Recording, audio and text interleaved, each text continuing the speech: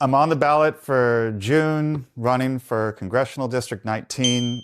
To my surprise, to the surprise of everyone around me, I'm going to be on the ballot not as a Green, but as a Democrat. The day before I was going to file my final paperwork, I was informed that another candidate had announced, and he is a peace activist who I was already friends with, because he thought only a Democrat could be a viable candidate against Jimmy Panetta.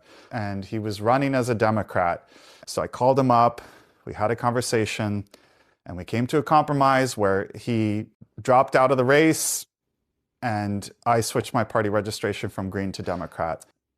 If he and I had both been in the race, it would have split the vote, and it would have almost guaranteed that November would have been between Jimmy and a Republican, and that's unacceptable. We need a candidate in November who's calling Jimmy out for his donations from the Israel lobby. We need to call out Jimmy Panetta for his support for the Iran war. For years, he's been introducing legislation that's been taking us to war with Iran. Nothing about my positions have changed. If you go look at my campaign website, look at my policy platform, we haven't touched anything.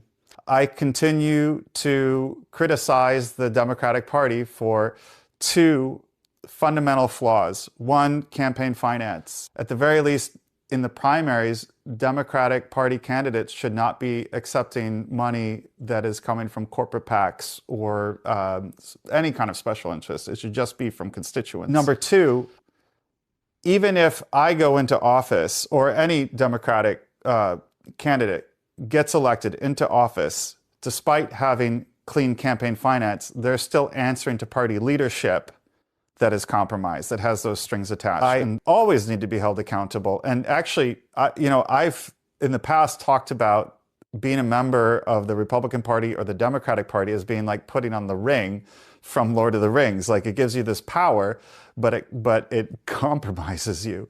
And so I really believe it's up to the people around that person to help them maintain their soul. Before I made this decision, even though I felt like it was the right thing in terms of fighting against Panetta, I also reached out to a lot of my supporters, asked them if they were okay with me making this switch, and overwhelmingly, people understood the situation and they were okay. And I hope that you don't feel betrayed by this decision. I have very mixed emotions about doing this.